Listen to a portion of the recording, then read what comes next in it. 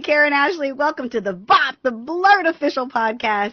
We are here and we are excited to be spending some time with all of you. Oh my gosh, Hilton George, how are you, Hilton? How have you been? Last time we spoke, we were all buried under 8 inches of snow, and we were trying to survive, we were digging our little holes for hibernation, and now it's sunny and 54 degrees, and Insane. I'm like, it doesn't make any sense at all. The world is just topsy-turvy, in a Yes. good way, though, in a good way. Yes. I don't know if it's in a good way, but it's in a crazy way. It is in a good way for us because we're very positive people. And so, oh my gosh. Guys, today we've got the one and only David Fielding in the house, filling in for Christy Renee. Oh my gosh. David, how are you? Thank you for having me back. Thank you for having me back. It's Absolutely. Absolutely. You are a fan favorite of our show. We love having you. We love talking to you. And I mean, guys, it is a perfect day for him to come on because, of course, we get a trailer that we got to watch and we're going to have live reactions to. It dropped this morning and I was like, don't watch it. Don't watch it. I have no idea what's coming. We'll watch it on the show. Oh my gosh. But yeah, guys, the world has been insane. It has been insane. So I am so excited that we're all together. We're going to have some fun. Like literally, I feel like the BOP, and people have told me this, it is a good way to distract them from like what is really going on in this world. This is how I've been feeling. I like stay off the news channels. I stay off of social media a lot more now because I'm just like, I can't deal every day. Every day it's something. Well, I can't the good deal. news is that there are executive orders in the works to get rid of all of those things, so you won't have to worry about it anymore. Obviously. Oh my gosh. And see, this is the thing, man. We knew this was going to happen. We were begging people to go out and vote. We were begging people to be responsible, and we ended up back in the circus. And I'm just like, how much is a ticket to anywhere? Karen, now you did your job. California did the right thing. We did. I live in Maryland. Maryland did the right thing. I'm a little too close to what happened in Virginia. I'm looking across the Potomac with a little leery eye, but yeah, what can you do? The Electoral College does not allow us to make a difference if we're in one of those states or one of those areas that just it's is what such it a is. racket. So, it is such a racket. Like, I'm just like, what the, like, how are we on, how is this how it works? Like, it is such a racket. You're right. We did our job. And I really believe, like, the great thing about this show is we got people fired up. We were responsible people telling people to vote. And so we did exactly what we wanted to do. But here we are in the circus. And look, I am Black History, by the way. So just so you know, we celebrate Black History here on the BOP. We will not be distracted or needing permission from anybody. I'm fired up today. I'm fired up, guys. She watched CNN before the show. Oh my God. You know what? I honestly have not watched. I watched I Want to Send Out Love. I Want to Send Out, because right where you are, the horrific plane crash that happened, like that was the first time I'd watched the news since the election, because I just was like, I can't take it. And I fly into DCA all the time. So that was just, it shook me to my core. That's the craziest thing I've ever seen, just to have a full-blown accident. Not a machine failure, not a mechanical failure, not a terrorist attack, just a collision that close to the runway. They were 35 seconds from landing, and for them to and the plane was only in like 7 or 8 feet of water. It's not a deep ravine they were in, and still there were no survivors. That just tells you how bad an impact it was. And the water was 35 degrees, and it's just everything came together to make it more of a disaster than it could ever been. And I thought it was made up. I was like, there's no way, right over the Potomac, and then you see the video and all of that, and it caught a lot of us off guard over here. Yeah, it was awful. It was awful. Well, prayers and love to all those beautiful souls, because man, that was horrific. There was nothing. Like you said, it was probably one of the biggest and most tragic accidents that I think we've witnessed in our lifetime. It was just awful. But we're gonna lighten up things, because I mean, like I said, this show our goal for 2025 and the next 4 years is to distract you from all the craziness that's going on. We are going to have Switzerland. Yes, we are gonna have fun, and if nothing else, for an hour, we're gonna laugh, we're gonna cry, we're gonna do it all, but we're gonna do it with a smile on our face. And guys, oh my gosh, you guys know how big a fan we are. Huge fans of Marvel. We are a huge fan of everything, and this is actually one of the movies that I have been waiting for. We got a trailer this morning for the fan. All have been waiting for this movie for 20 years. Yes. Even as this movie has been happening, Yes. we were at the end of every Fantastic Four movie. We were waiting for a Fantastic Four movie. Yes, okay. and I don't know, but I've been, the buzz around town is, obviously they got it right this time. Let's see. We're gonna get our first look. So guys, you haven't seen the trailer. None of us have seen the trailer. We are going to watch it right now with you. Ah! Okay. Welcome to the Baxter Building. We make a point to do family dinner every week. Sunday at 7, on the dot, no matter what. We're all here. Herbie, how's that sauce coming? Yeah, I'll be the judge of that. Okay.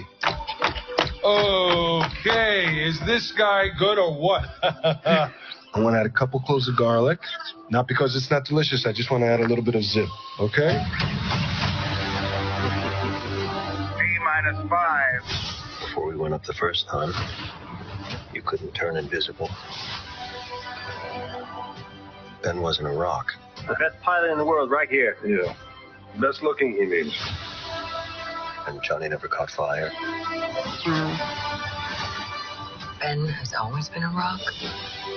Johnny is Johnny. Hi. And I am right here. Whatever life throws at us, we'll face it together.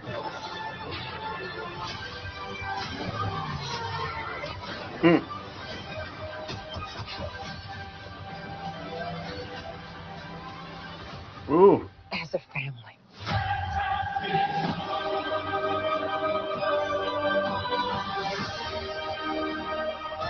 First step. Oh my Nice. God. We got a little sneak peek. We got a little something. I'm surprised it didn't give us more, but okay, what are our first reactions, Hilton? They can only give us so much, right? Because there is only so much, right? I'm like put one of so those. much I need thought more into these trailers and what they include as they tease forward. I mean, I'm surprised we got as much as we got. For we sure. saw John Malkovich, right? Who's in there? I assume he's playing Mole Man.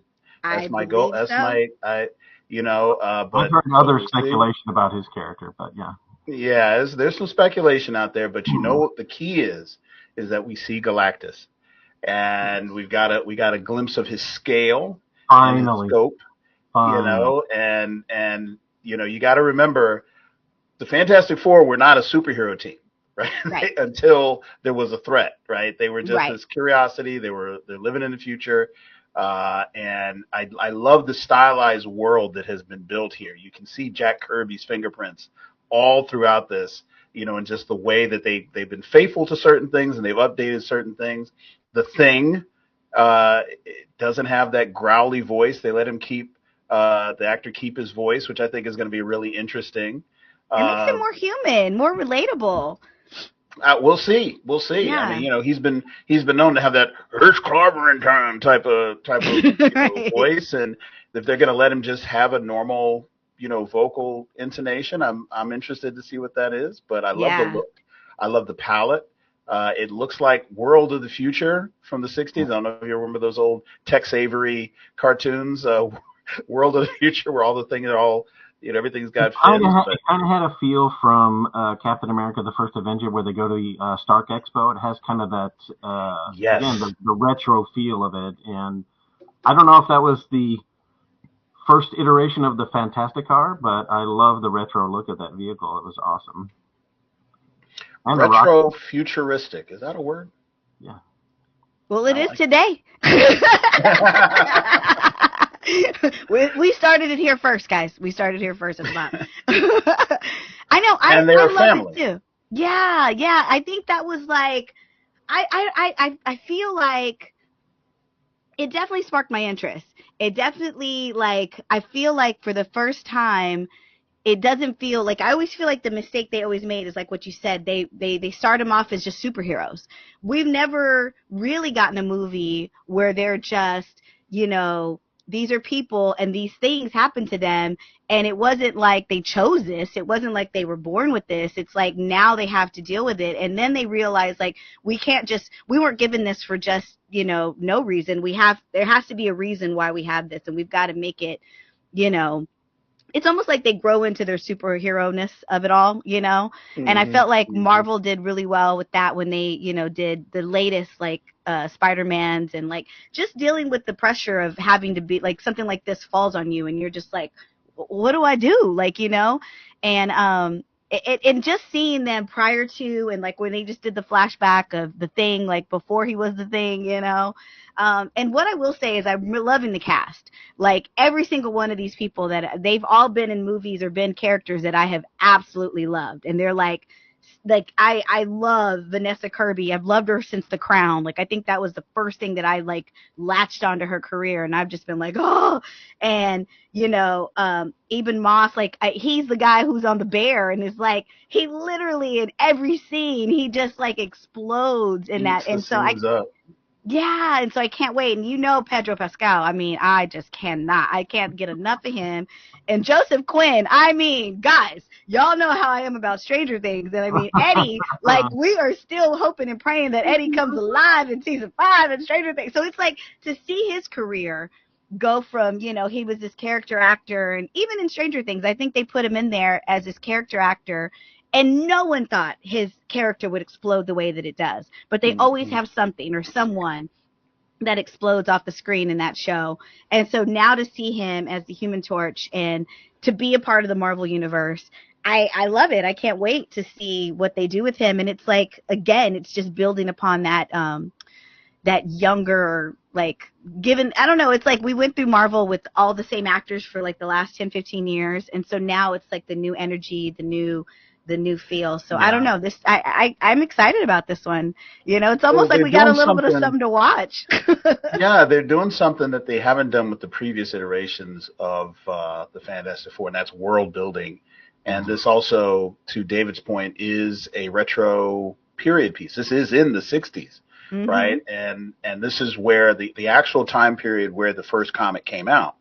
And I think that this may be the solution. One, this is already happening in a universe separate to the MCU we've been watching.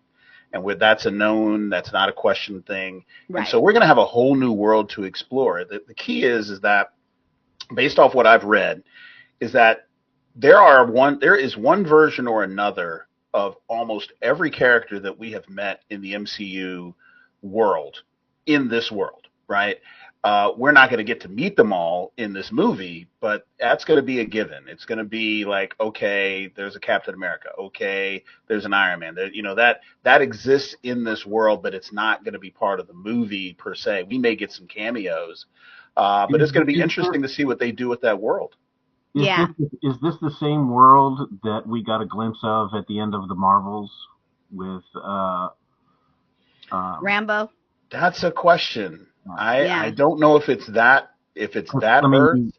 Because the X-Men were existing in that world. So again, is this sort of the incursion of the I think so. Universe meeting their universe or whatever? Yeah. So. I think it is, and here's why I think. I think this is going to be where they introduce Doom. It might not be this particular movie, but it will be this world. I think we're also going to get to see the recast of Black Panther in this world, because this is the world that he was introduced in the comics.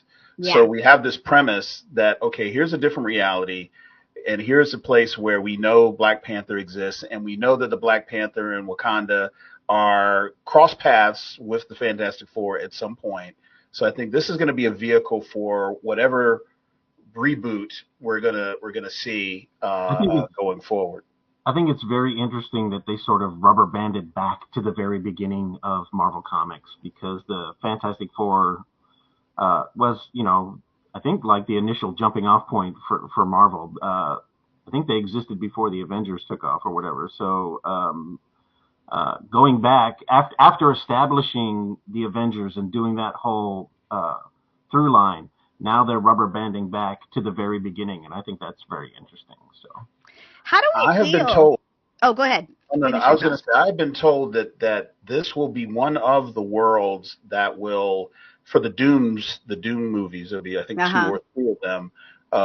World War Doom or War World that Doom builds in the comics will be made up of this and other realities. And that world is where everyone's going to kind of come together. It will be the Infinity Saga of this next phase. And I think this will be the centerpiece of that, like where all that comes from, because it is Doom. And I also hear that they're going to be bringing Kang back in Jonathan Majors at some point, at least long enough to kill him off. Damn it. I'll tell you what I read. I'll be interested to see how that plays out. But this will be the world that will be kind of central to that, and I think it's going to have something to do with Galactus and Shalabal, who will be the Silver Surfer instead of Norrin Radd. And that's a twist. Some people are happy with it. Some people are not. We won't go into that. But well, I will say this: Benedict Cumberbatch, he has confirmed that he's going to be in the Doom movies. Like he said something this week that kind of, and so it's like they're building this world to be able to pull all these people. How do we feel though? Like how do I don't know how I feel, because I love the way Wakanda Forever ended, where we got young T'Challa, and it was like, okay, like we'll get T'Challa again, but it's going to be his son. It's like I felt good about that.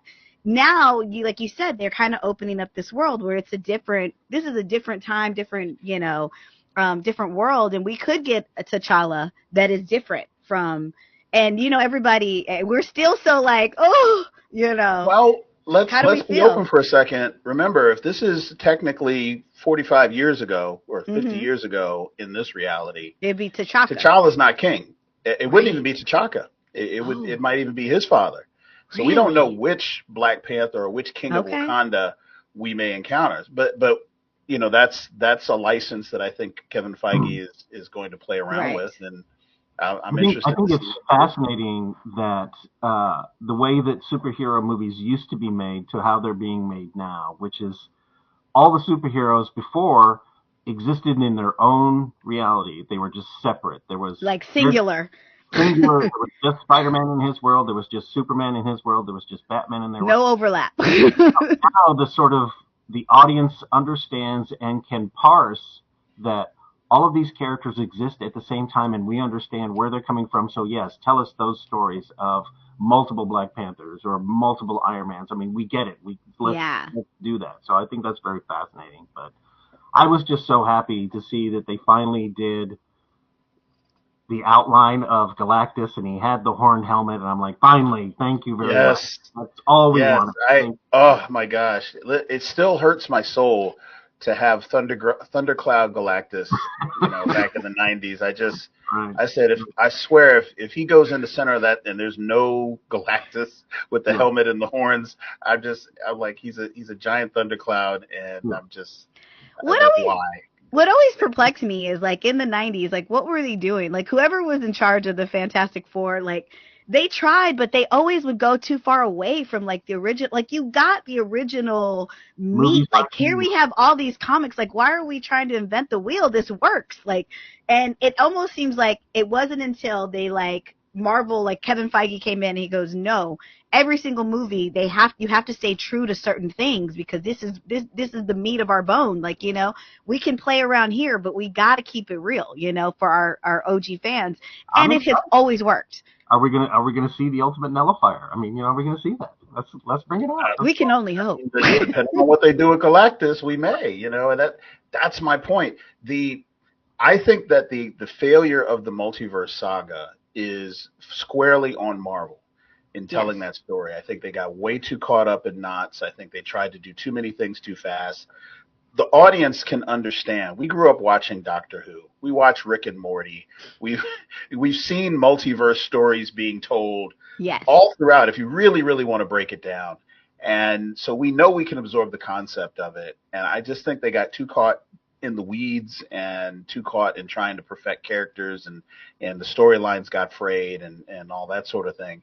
And I think they've just regrouped, and I hope that they tell the story of this world without telling too much about the story of this world, if that makes sense. It's like, do we have to spend the first 25 minutes of every Spider-Man movie, of every Superman movie, showing their origin and all this? I'm like, there's a certain amount that we can just say, okay, look, we can give you the broad strokes, and let's get down to the meat of the characters and show you this world, because the world, I believe, is going to be as much a character in the storytelling and the plot as the actual cast and the dialogue and the script. And if they focus on that, I think there won't be anything that they can't do, because the Fantastic Four was a vehicle to visit all of these other worlds. In the comic book world, they were the ones that were physically going into all these realities, the negative zone, the underground worlds, these different realities, space. Like, they went further into space and different empires and galactic, no pun intended, scenarios than any other comic book label. True. And if they do this right, they could be the vehicle that Marvel Cinematic uses. I kind of hope that they don't bridge at the end of this movie into the MCU. I hope that it's kind of self-contained, and then they have another movie that does that. Do you know what I mean? Because I'm with you. I mean, I want to be immersed in that retro world for, Right. Don't bring me back to where we've been for the last 20 years. I just love the look of the buildings and the car, and the style of it is just great. I love it.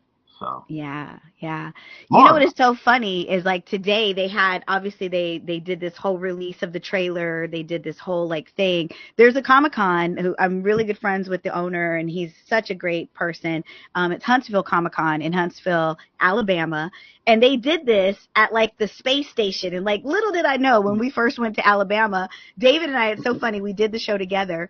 But who knew this was a big hub for NASA? I always thought it was just in Houston, Texas, and Florida, or Cape Canaveral or wherever.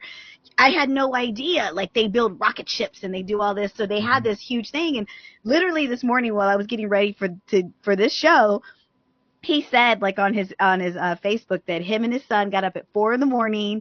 They stood in line to go to this event, and they saw the cast, they saw the trailer. It was a really, really cool thing. He was like, me and my son will never forget this. It was so cool. And I was like, how cool? Well, first of all, dang, he's real fan. I don't know that I'm getting up at 4 a.m. for anything. So kudos to him. I don't even know if I'd get up at 4 a.m. for Beyonce. So that just puts it in perspective for me.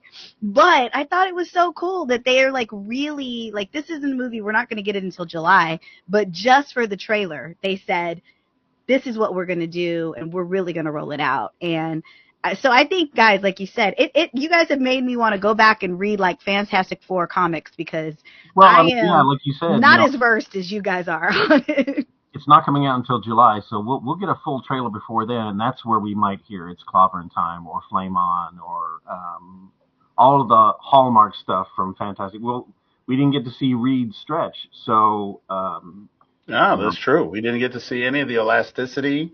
Right. We got little flashes of the Invisible Woman doing her thing, but that looked really cool. The treatment of what we did see was interesting too. Yeah. It looked really, really cool. Just the stuff that we did. We didn't really get to see Ben, do his strength thing either. He was just him running or whatever, and Johnny flying in flames, but no real heroic kind of stuff. Do you know what I mean? So yeah, it was more inspirational. It was more almost these people are going to inspire you, and you got a taste of their struggle and what they're about to bring, the inspiration they're about to bring. I will make a light recommendation before we move on. Yes. To your point, anyone who's trying to read up on the Fantastic Four, it is a different kind of comic book writing. Go back to one. You go to issue 1, Jack Kirby. One of the greatest comic book artists and cell artists you've ever seen. Just tells an amazing story. And then if you have to skip to anything beyond that initial, go to the John Byrne era, of the Fantastic Four. That writing is really instructive, and it's fun. It doesn't take itself too seriously, which was really interesting. It's not so much a superhero comic. It's just like what we got from this trailer, where this world, these guys are superstars. They're not. Understand and read everything with a grain of salt, because the FF and the early Avengers were pretty much soap operas where you just had these characters who would bicker and fight and have their personal issues, and then they also punch bad guys in the face. So right. Well, you think about it, David. There weren't that many big bad villains in the early Marvel. You had Doctor Doom. You would introduce big guys like Galactus, and then 4 issues later, they will have beat him, solved the problem, banished him, whatever, and then they're back to, like you said, the bread and butter of just Johnny Storm gets an apartment that's got roaches, and Ben Grimm is dating.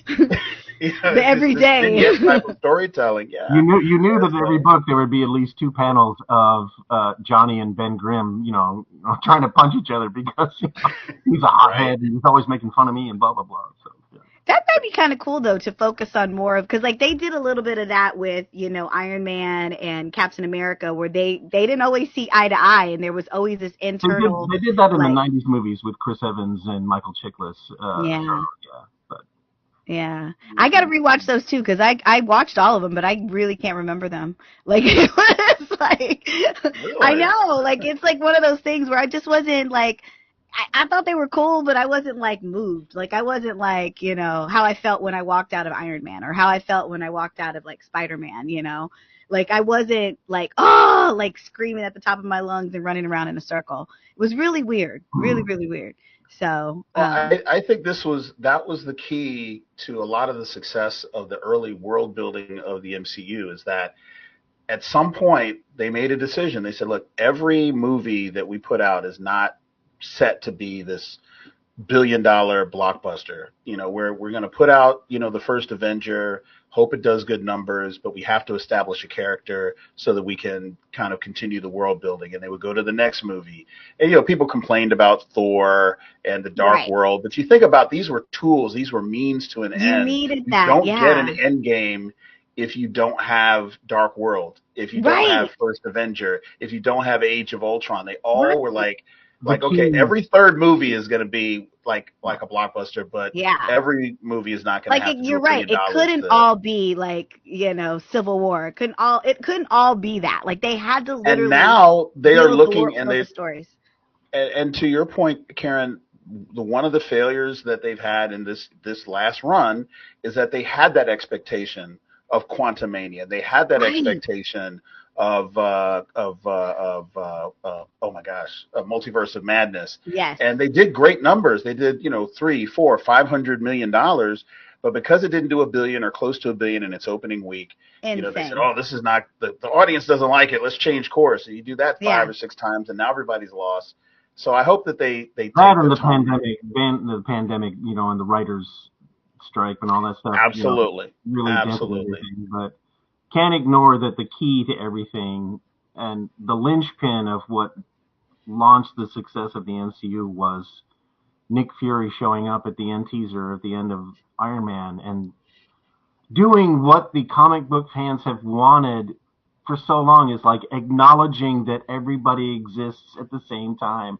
Yes. And we were like, yes, screaming like, and we were dying. There's a hammer in the middle of the Southwest desert. That's all that we see. Oh my gosh. Well, guys, I am super excited. Like we said, Marvel has so many things. I mean, we literally are close to the new Captain America. Like, yes, we are counting down the days. I mean, I was telling David, I got my tickets too. I literally am going to be at a con in Stockton, California that weekend, and I have kidnapped Nakia Burrese. She is going to see Captain America with me. And she was like, what? She didn't even know it was coming out. And I was like, oh my God, I don't even know how you're my friend. You know how to deal. You know your girl. You just like, I'm going to buy the tickets, then I'm going to tell her. Yeah, I did. And I told her we're going on Friday, blah, blah, blah, blah. And she's like, okay. Because we fly in and we go see the movie. And then the next day the con starts. And so she's like, okay, I'm ready. She's excited. So that's how we're doing it.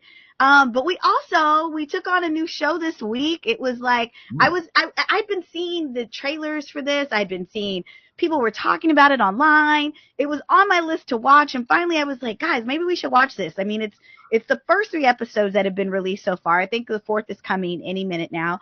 But it is Paradise. Paradise is a new series that is on Hulu. It stars Sterling K. Brown, James Marsden. It is such an interesting show. And I love a thriller. I love something that is, out of the box. And David knows this. David has known me for years. I love for something to just drip. Like it's just like a slow drip to where we're going to go. And it's like all these clues, But what this show is based on is it's almost like present day. Starts off, there's this woman, they refer to her as Sinatra, but she's like a tech genius, and she talks about just casually in a bar that she just sold some tech that she created and like made $300 billion trillion, something crazy, right? And so in the process of that, she loses her son. Like she has a son and he's super young. It's like to cancer. It's just awful, right? So she's put in a place in her life where she's just looking at the world of like, it is so fragile. It is so like one day you're here, the next day you're not, and she goes to like this conference where there's this guy, he's like doing a conference and it's hilarious because there's all these other flashy, talks and they're having like these TED talks and there's like these flashy ones and everybody's lining up to get in those. But the one important one, which is on the environment and on like the things that we need to worry about, nobody is hardly in there. And he's talking about there is going to be a catastrophic event, a catastrophic, event with the weather. And it's like a tsunami is going to come and just kill everybody, kill the world that we know. And so in that moment and in the grief and in all the stuff that she's dealing with, she realizes she could lose her daughter also. And so she has, driven to create this world called Paradise. So I think at that moment they create this world. So when the world does end, this is where they can go and take refuge. So then we cut to, the president of the United States. He's being guarded by Sterling K. Brown and all these things. And you realize that they are living in paradise. This is the place. And the world has literally ended. Everybody did not make it into paradise. This place it looks like a city, but it is a manufactured place where even the sunshine is fake. Everything is just, created to make them feel like they live in paradise so they don't miss the world that they're in. But of course they do. And we open up on the very first episode of the president is murdered. And Sterling K. Brown walks in and is like, what the hell like, what is happening? But along with this murder, it's immediately conspiracy because the secrets of all the president has been stolen. And so he knows, and he has a very strong hunch that Sinatra, who created this place and runs this world, has something to do with it, or at least the powers that be that run paradise. Something is afoot, But I wanted to get you guys just your first impression. We're going to start with Hilton, and then David will go to you. But just your first impression on this series, because it is a slow burn. But it's got some really good actors and some really good storytelling. And I just want to see what you guys thought. We watched the first 3 episodes, so spoiler alert. Yeah, we're going to have to put a spoiler alert on here somewhere because we're going to do it. But yes. I think what doesn't come through in your explanation is that you're describing it in its linear form. Right. And the story is being told in flashes forward and backward. Yeah. It's 15 years ago. It's 5 years from now. It's like, it's really bouncing around. It's today. So you're already on your heels as the viewer because you don't know where or when this seemingly normal present space is taking place. We know something's not quite right. Right. You feel it from the beginning. It's like, this isn't the White House. Like, we know what I live in DC. I know what the White House looks like. The president is not in the White House. Like, this looks like a neighborhood. So first off, I know something's wrong. right? Yes. And then you're like seeing the juxtaposition of the flashback world with the present world, and there's just something different between the two. And you don't expect the revelation that you get at the end of episode 1. There's nothing that points to that, and so you're like, oh my god. And for an illustration, it's very much like the Truman Show. That world with this dome with the fake sun, and it's all just kind of contained. They're dug into a mountain. They're literally in a mountain, dug in. We're not quite sure what kind of catastrophic event happened, because the flashbacks include, weather. They include like explosive flashes, a bomb. Yeah, something happened. Something bad. something and they happened. Knew it was coming.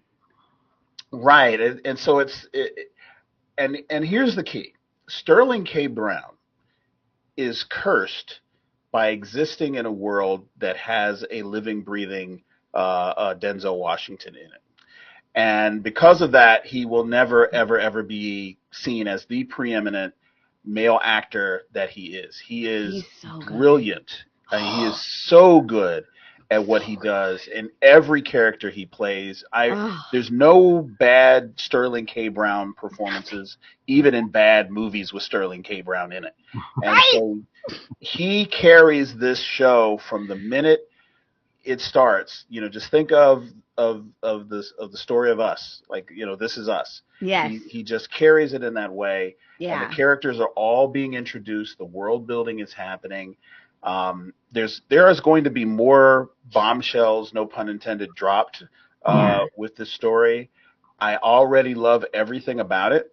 Me too. I find it frighteningly compelling, which means I'm going to be very upset when this is over. My only beef, and this is that it's on Hulu. Right. And Hulu is like, next to Peacock, is the jankiest platform. Sorry, Hulu, but I know. Like, what is up with their tech? Like, raise it up.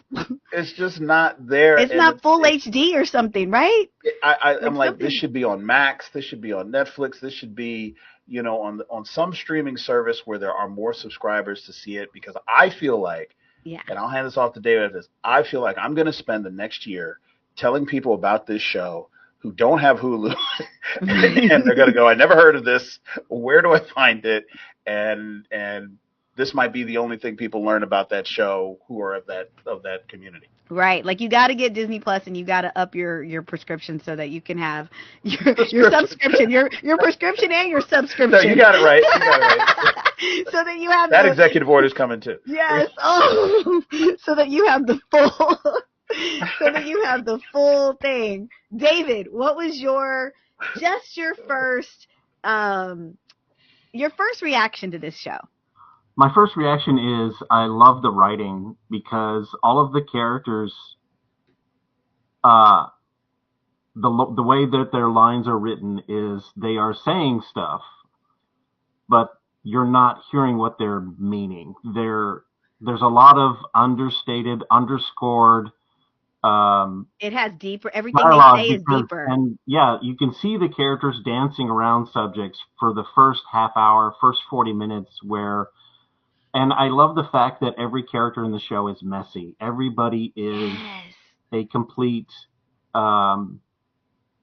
mess of a person. There's stuff going on between all of them. And I fell in love with Sterling K. Brown in Hotel Artemis, and again, that was a very smart script, a very smart setting, a lot of great world building, and I love the fact that the reveal of where they are and what they're going through happens in like the last minute and a half of the first episode. Up to that, it feels like, they're just in the middle, because when they talk about what's going on in Colorado, the first thing that popped in my head is like, this is a UFO event, or there's something going on, something strange, something otherworldly is going on. And then what the incident that really sort of bonds the president and Sterling K. Brown's character together is him actually taking a bullet for the president. And I love the reveal of that with him taking off his shirt, and you get to see the exit wound, and then you get to see the surgery scar. And the way they build the characters up and how they talk to one another. Yeah. Saying things without really saying stuff for the longest time. I mean, that kind of goes away in episode 2 and 3, but it's very hard for me to like this Sinatra character, even though I sympathize with her. She just feels evil. She's a great actress. But again, you completely understand why she is the way she is. Yeah. Because they do such a great job of showing her being like this whole vibrant person, and now she's this shell of a person. Right. And what they do with her hair, I don't know if that's a wig or what, but and she makes reference to how she's pulling her hair and scratching herself a bald spot because of it, and the ruthlessness of her mind of being able, okay, if we're going to save people, this is what we need to do, and this is what we need to do to make it happen. And I think it's in the first episode where she's talking to the guy, one of the architects on the plane, about if I gave you unlimited funds, unlimited, whatever resources to build a city underground or whatever, and he tells her it can't happen. You can't build a city for 25,000 people underground. You just don't have the logistics and whatever. And then they show you. Right. And I thought that was awesome. So yeah, the writing for me is top notch. And again, like Hilton said, Sterling K. Brown, he's a force, man. He is. He's a force. Like this is it's so funny because every year, it's like I every month, like for whatever reason, if I'm looking for a movie and I don't want to like watch something brand new, but I want something familiar, I always watch the first Black Panther because I just love that movie so much. But I forgot how dope he was in that movie, and he was only in it for like a couple of minutes. He might have had 7 minutes. Yeah, 7 minutes. I have a little. And it's like, what was that? What were you gonna say, David? I have a little celebrity moment because I had tweeted that I had seen Hotel Artemis, and I had tagged him in the post saying, "This is a great movie. You haven't seen it? Go watch it. Sterling K. Brown is the best." And he actually responded saying, "Hey, thanks, man. That means a lot." He's that guy. He is that guy. I was like, "Oh, that's awesome. That's so cool." That's why he's dope. No, but like in that movie, like just using this as an example, because everybody's seen Black Panther at least 10 times. Like just that 7 minutes where we instantly understood this brother. We instantly understood Killmonger, who he comes from, who he was raised by, the loss of his father, what it meant. I mean, when Killmonger goes back to the ancestral plane and his father is waiting for him, and just Sterling sitting there on the floor and is like, what did I tell you about getting into my things? And just that moment, that one little speech and explaining how he wouldn't be welcomed in, Wakanda, it just made you understand. But it's like for actors, when you have very little, like just a small scene, and for you to do all these things in this tiny, in these very short minutes, but for you to do everything and for you to help us understand, why Killmonger, really give him depth and really give us understanding of him. Imagine what Sterling K. Brown is doing in this show. And he is the lead. And he is like on a mission. And I mean, literally, like you mentioned, everyone is messy, including him. Yeah. You realize that, because at first he comes off very stoic and very like unloving and like his kids, and he's just like, he's almost like a robot. But you're like, why is he this way? We find out, spoiler alert, that his wife didn't make the plane to get into paradise. Like you learn so much. Like, you learn so much about his character in the first 2 minutes, which is nothing but silence and listening to the clock tick, and then him caressing the pillow next to him, and you understand completely what's of who he is. That's great. It's so good. He gives these other actors, and I think this is also important. He gives, because of how good he is, he gives other actors a better palette to play their performance off of. Yes. He's one of those actors that makes everybody's performance better because they're playing off of him in the scene. And and I just, the emotion that you get, even stuff that you don't think you'd be emotional about, when he took the bullet for the president, like you saw the bond between them form. You saw like that connection without it being said, you're just like, oh my God, like these guys are like really connected, and this is going to be a part of the story going forward. Yeah. But I like the way this show is being written, because it gives a lot of faith to the intelligence of the audience. It's not sitting here, being screen tested for crossing we every need something to explode. It's been 5 minutes with no explosions. Like, they don't spell anything out. They just let you absorb it, and therefore it means more. We have that scene where Sinatra is talking to her dying son about answering he asked the question, am I going to heaven? And then, giving her permission to let go and describing heaven to him. And she said, it's basically anything that you want in your wildest dreams. So you tell me what heaven is going to be like. And he says, more horse rides. And then you flash to see all these coin-driven toy horses in front of all these stores. And you're just like, wow, she built this place with him in mind. Yeah. And you're just this like, was his world. Wow, this was the world that she is, at least in part, built for him. Because that was just, just to have that as a revelation is just big. And again, we're not anywhere near. We've barely cracked the surface. 3 episodes, like where the story is going in 3 episodes, which is we still don't even know what's going on all the way. With as much revelation and as much air quote spoilers as we put forth here, you still don't know anything. You're still going to we've not ruined if you anything watch this for and you. go and watch this show. You're still going to be able to go through all the evolutions. Yeah, feel all the things. Knowing what we know. Yeah, it's just getting its legs. That's going to be great use of music. Great use of music and sound design for the show is really, really good. How they do like alternative takes of popular songs. The president. Another Day in Paradise? Phil Collins. Yes. In Paradise. And I always feel bad. Starship. Like I didn't think I got emotional to the opening of Built This City. Like what? We built this city. This doesn't fit in this. Right, like what are we doing? But then at the end of episode 3, you understand. You tell him. I always feel bad for James Marsden because he never gets the girl, and in this one he's like dead from the beginning. So it's like, it's like a laugh. But they do the nice JFK kind of look to him, and the sort of Playboy president kind of atmosphere, and and then I think is it in episode 2? I think it's episode 2 where he asks, "Are you ever going to forgive me?" And such a And then Sterling, he lost his best friend. Yeah, and Sterling's answer to him about "I'll sleep when you're dead" is wow.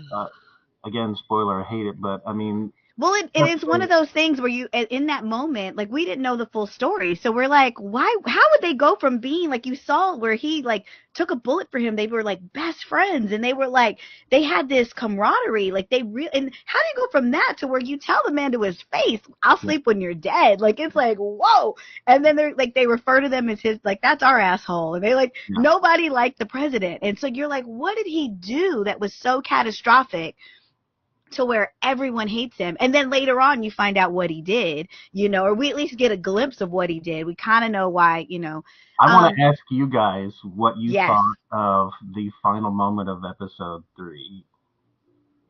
What was the final moment? I can't remember. I can't lie. In the shower with episode 3. Oh yeah. Oh yeah. No, I haven't seen episode 3. I tried to get to it. Yeah, no. I'll ask you later, then. I'll ask you. Yeah, later. We'll ask you later, but no, it is. Should I log out? Yeah, right. Spoiler alert, Hilton. No, it was everything I wanted it to be, because it was like episode 3. You saw in episode 2 when they're kind of they have Sterling K. Brown. He's in this like they're kind of interrogating him. They're interrogating him to find out why did you wait 30 minutes to let us know that he was dead. Like they're basically trying to figure out what's going on and argue a part of it, because all they're really concerned about is this missing information. Like they're kind of sad that the president is murdered, but they're kind of like where's the secret? That this is the first murder in this. right community. And they won't even tell the community that he's been murdered. They're like, oh, he died of natural causes, because they don't want to scare them that somebody could be murdered in paradise. And so while he's being interrogated, the therapist comes in and she kind of takes over the questioning. She kind of pushes her way in and she goes, admit it. Aren't you happy he's dead? And then she shows on her hand where she says, say yes. And Sterling K. Brown reads her hand, the palm of her hand, and he's like, yes. Like, he goes with it. And then he has to know, like, episode 3, he goes and finds her and he's like, why did you tell me to say yes in there? I need to know. I know you now know more. And then we get this whole backstory of where, you know, she was very pivotal on creating Paradise. She came up with all these things to help people, since she's the therapist, to help them forget about them losing everything. And it's like, I'm going to, like, even down to like, oh, we've got this grocery store where you can do this, and we've got gardens, and then we have over 900 sounds of insects because it makes you feel like you're at home. And we even have chili fries or cheese fries, and these are the best cheese fries in the world. And he's like he's just kind of like, why am I doing this dance with you? Just tell me what I need to know. And so they go through this whole episode where they're kind of, she won't say, and then she kind of says, but then she won't. And so he's just like trying to get her to say. And so, of course, you feel the sexual attraction between them the whole time. So, again, of course, they start kissing. They get into the shower. It's this whole thing. And shout out to Sterling K. Brown's body. If Chrissy was here, she would be his naked body. Ladies, they threw one in for us, ladies. Sorry, Hilton and David. We can edit that out in post, David. If Chrissy was here, shout out to Sterling K. Brown's body. Anyways, back to what I was saying. And she finally, I won't ruin it for you, but she finally lets him in on something. But it's like she almost had to, I don't know if she's like worried somebody's listening, or like, it's just so like, it's such a cool episode. That's the reason I brought it up, because I'm like going, remember, it's a thriller, so misdirect. Is it a misdirect? So, yeah. Right. And and David, I want to pick up on your point, because everything we described is about the quality and the effect on us. This is a thriller.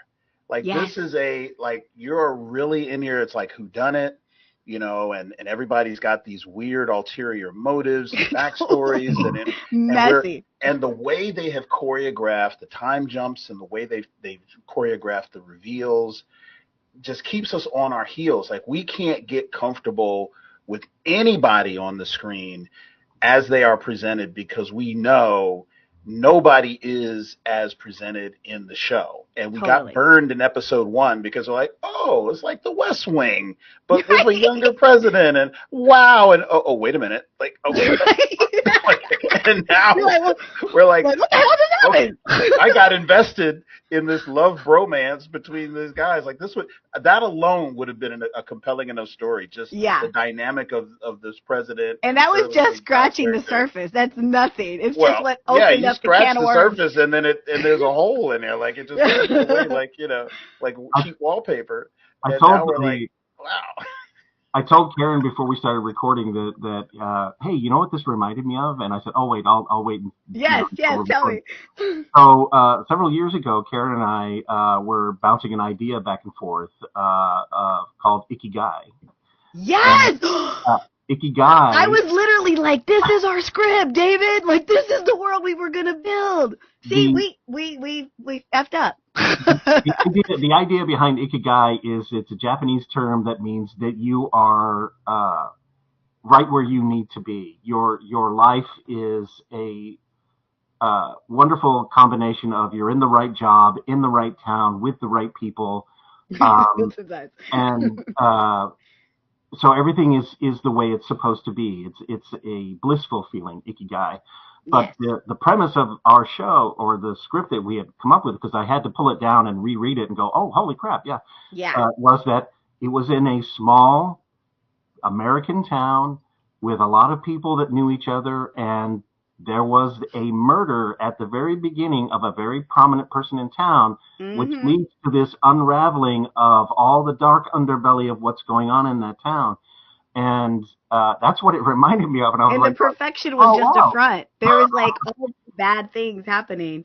Because when, in the first episode, when Sterling goes out for a run and he says hi to his neighbor and they're very cordial to one another, we have been so used to tensions between people of different race or ethnicity in shows lately, and here we are suddenly presented with this like utopia where everybody gets along, everybody is smiling, everybody is happy, everything is clean. There's so much manicured lawns, and all the bushes are trimmed, and everything looks manufactured or kind of fake and everything. Like, there's something weird going on. It doesn't even feel right. It doesn't even feel normal to be that perfect. That's not the White House. That's and but later in the episode he goes, well, this is my last 4 years, and then I plan on retiring to a pool and laying there and doing all that. And so he got what he wanted in paradise. But but that's what it reminded me of. I was like, hey, that's icky. Yeah.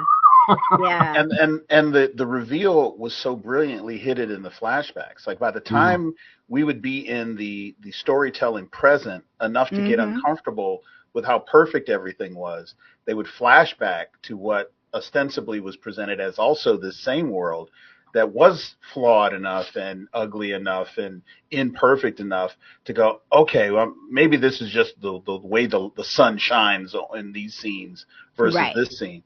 So we weren't, so we were kind of like placated. And then when the reveal happens, that's where the rug just gets pulled out from under. Well, you get that really weird moment where everybody has those little watches and they ring them, and you're like, going, what is that all about? And what is that? Right. And then you see sunrise will be delayed due to mechanical delay. We're like, what? Right. Like, you're like, what's happening here? Is that like here? a yoga session? What does that even mean? And then you're like, oh my gosh. They pull back and you see the big arm of the light that's at the top of the dome. The sun and the big, like, oh my gosh, it's the studio. Where's Ed Harris? Right, exactly. Oh, yeah. So guys, I don't know what you're doing, but I strongly suggest if you're into thrillers, if you're into shows that that have like a slow drip, like have really good writing, really good actors.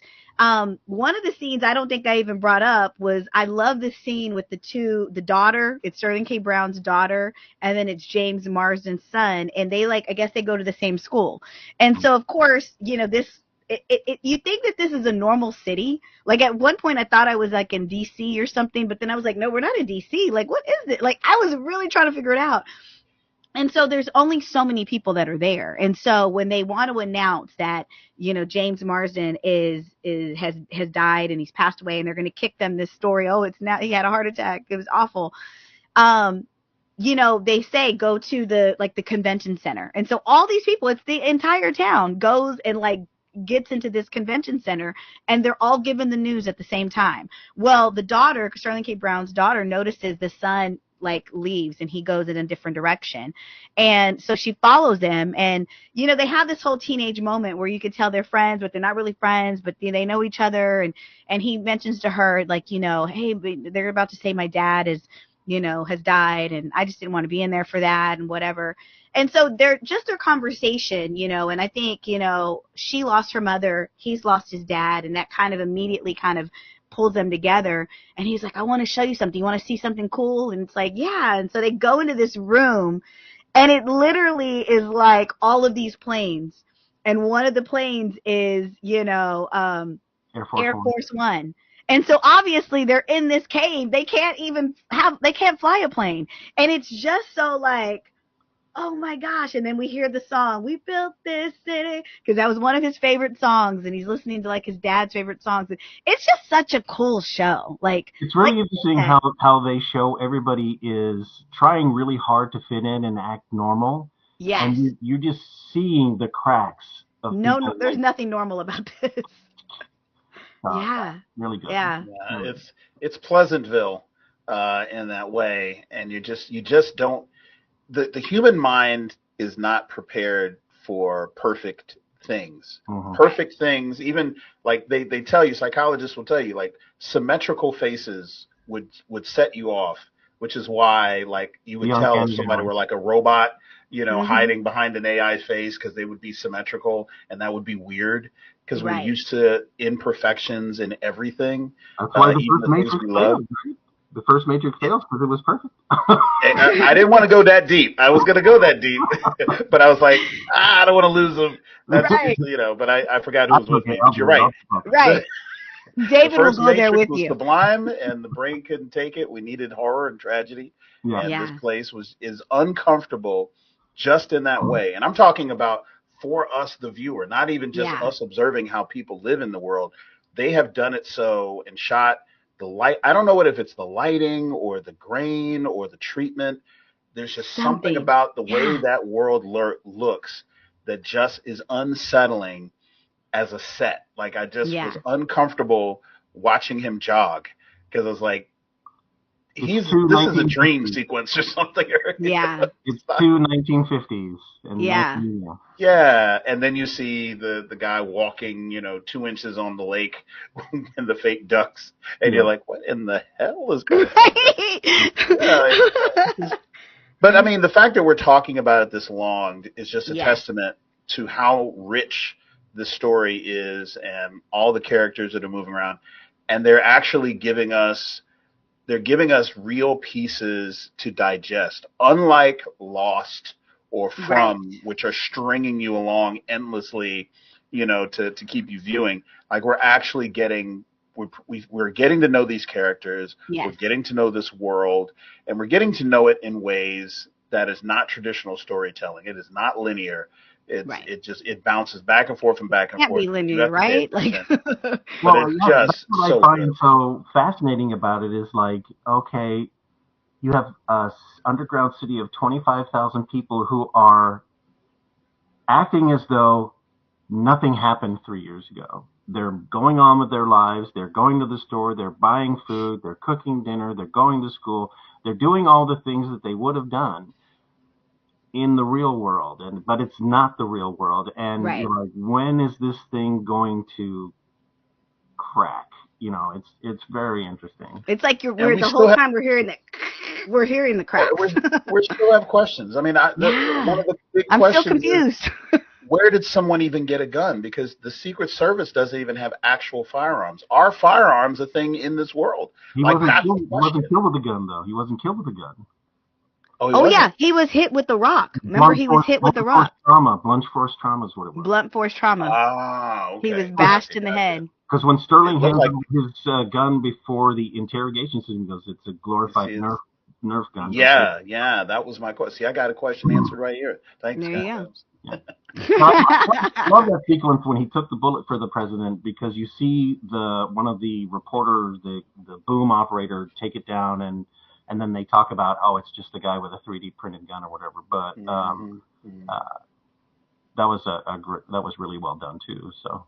Yeah, I know it makes me want to go back and rewatch the 3, and I will say the 4th episode I think just dropped. So guys, this is just the beginning. Just my the beginning. Afternoon shot. Yes, now we got something to look forward to. But we will come back to this series because it is that good, and I just feel like we have just scratched the surface. So we may have given you some spoilers today, but trust me when I tell you, we have not spoiled anything. This show is it's like an onion, and it peels slow. Like each layer. There's a lot more going. There's so much you don't know. A lot more going on. Like, what did you say? Like, you're still, like, trying to figure it out. I'm still confused. Like, I was like, okay, wait, what? Like you're literally trying to put it together because it's such a, like, it's not told linearly. So you're literally putting the pieces of this puzzle together as you watch. So, guys, go watch Paradise. It is amazing. I love it. And that's it for the show, guys. Oh, my God, David. We love having you, man. Thank you so much. Thank you so much for being a part of the show. We love you. Guys, thank you for watching the BOP, the Blurred Official Podcast. We love you. We mean it. Have a great weekend, or have a great week. Have a great life. We'll see you next time. Bye.